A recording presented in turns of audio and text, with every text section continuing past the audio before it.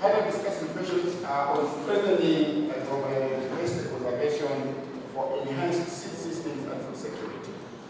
So, three main issues. The first one is on institutional roles in agro-diversity conservation. Institutional roles. Each one of us here are presenting our institutions. So, what are the roles in agro-biodiversity conservation? But now I'll be specific in that, but we don't just capture the main topics. Number two is governing policies and regulatory frameworks.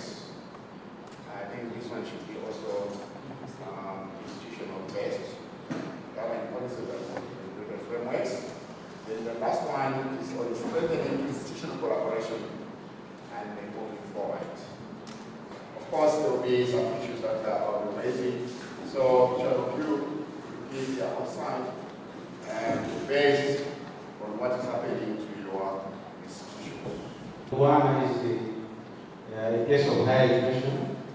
We train students to conduct research, and indeed we do outreach programs in different areas, specifically on agriculture and agricultural sciences. And our work so much over the time now has really been to come up with a curriculum which builds the students at the master's level, at the undergraduate level, the one who can appreciate agrobiodiversity. This is a departure from the industrial type of agriculture.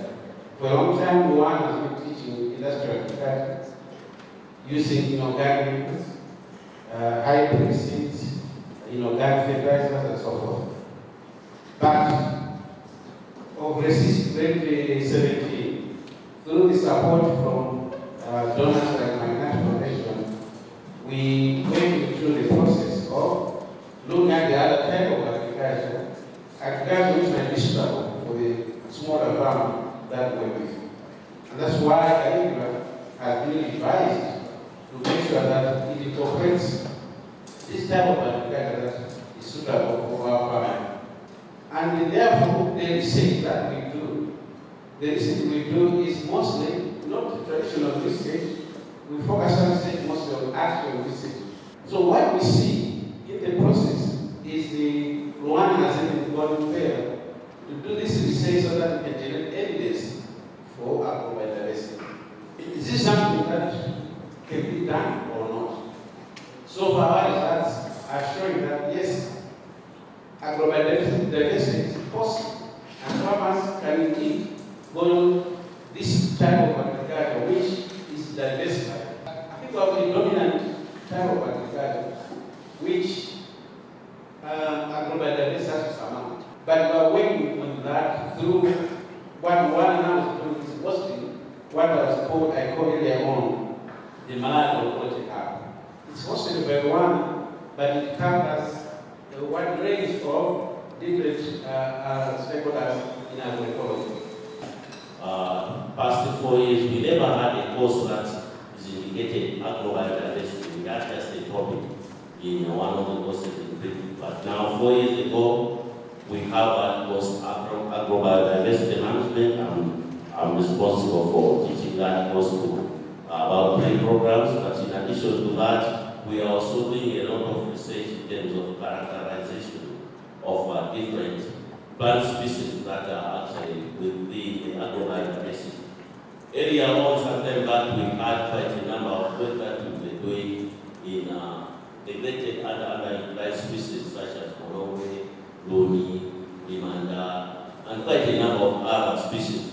But right now, they stood quite well in agrobiodiversity, and we are going towards actually having some of the species sort of certified developing varieties of indigenous bonobo that you find this way to the market, rather than us actually getting some from Kenya or Uganda. So development of varieties in collaboration with the ministry, but we are also working hand in hand with our colleagues at the Malawi Plant Genetic Resource Center.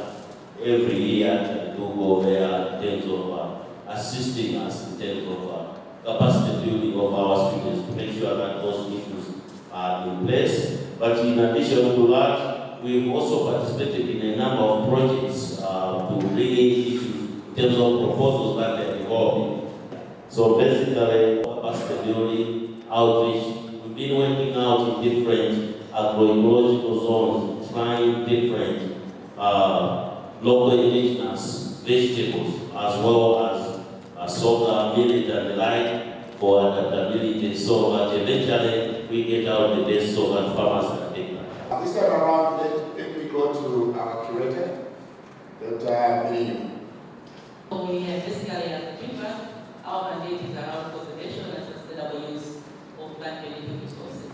So under that, our main contribution was seed and food security, which is the long-term conservation of crop genetic resources and associated wild species, which we, as much as possible, we make them available or accessible to potential users, which includes the farmers, the researchers on the station, academicians, and any other people who may come to us to demand our services. We also do the characterization in a bid to advance some of the materials where we see that the seed is a challenge. We don't have any improved materials on that. So the characterization way or early selection, we have successfully managed to formally push into the system organized varieties in Malawi, a number of crop species, including Babarana, and then we another area mentioned. We also do advisory in terms of policy relating to plant genetic resources, plus awareness raising on issues of plant genetic resources. Because many times this is an area that is not well understood. Sometimes the government even among us researchers or academics or stakeholders. So we do awareness creation through various means. One challenge in a way, I think, is the lack of specific policy dealing with plant genetic resources. It kind of gives us a clear area where we are working. So if we are successful to have a strategy or policy of this, it will go a long way. First of all, we have to sensitize the farmers because we can't leave the farmers behind. If we leave them, definitely whatever innovation we are promoting, it is likely to fail. So we have to mobilize the farmers, sensitize them, so that they should understand why we have to do this. When they have understood, they are likely to fully participate and devote themselves to whatever profession we are promoting. The other thing, it's training. Sometimes farmers fail to implement whatever interventions we are trying to promote just because they don't have the knowledge and skills to do the same. So if we are trying to promote Agro-Biodiversity, we have to train them. They should understand what's the objective and what exactly we are going to do in this particular initiative. So we use different methods of training the farmers. And apart from that, we also have approaches like the farmer field school. We also use this approach. We take the farmer throughout the season as we are implementing the Agrobiodiversity, come to understand exactly what is required, what's the importance of these crops. Because we talk of food diversification, and food diversification, it starts with the production itself. We believe that the demonstrations and activities are very key for the farmers to adopt the technology. So we also facilitate mounting of demonstrations. And later on in the season, we conduct field tests so that farmers and the extension workers as well as the researchers should come together and try to learn and get feedback right away. What is the problem? What if the innovation is working? Where is it working? And if there are some challenges, where exactly there are challenges? And in the course of discussion, we come to a conclusion that maybe we have to do these things so that these technologies should work.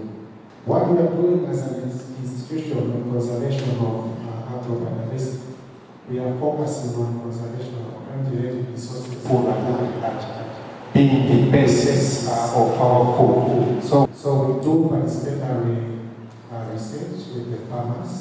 For instance, we do agro-biodiversity studies to understand the diversity, the richness, the status of climate-related resources that farmers grow.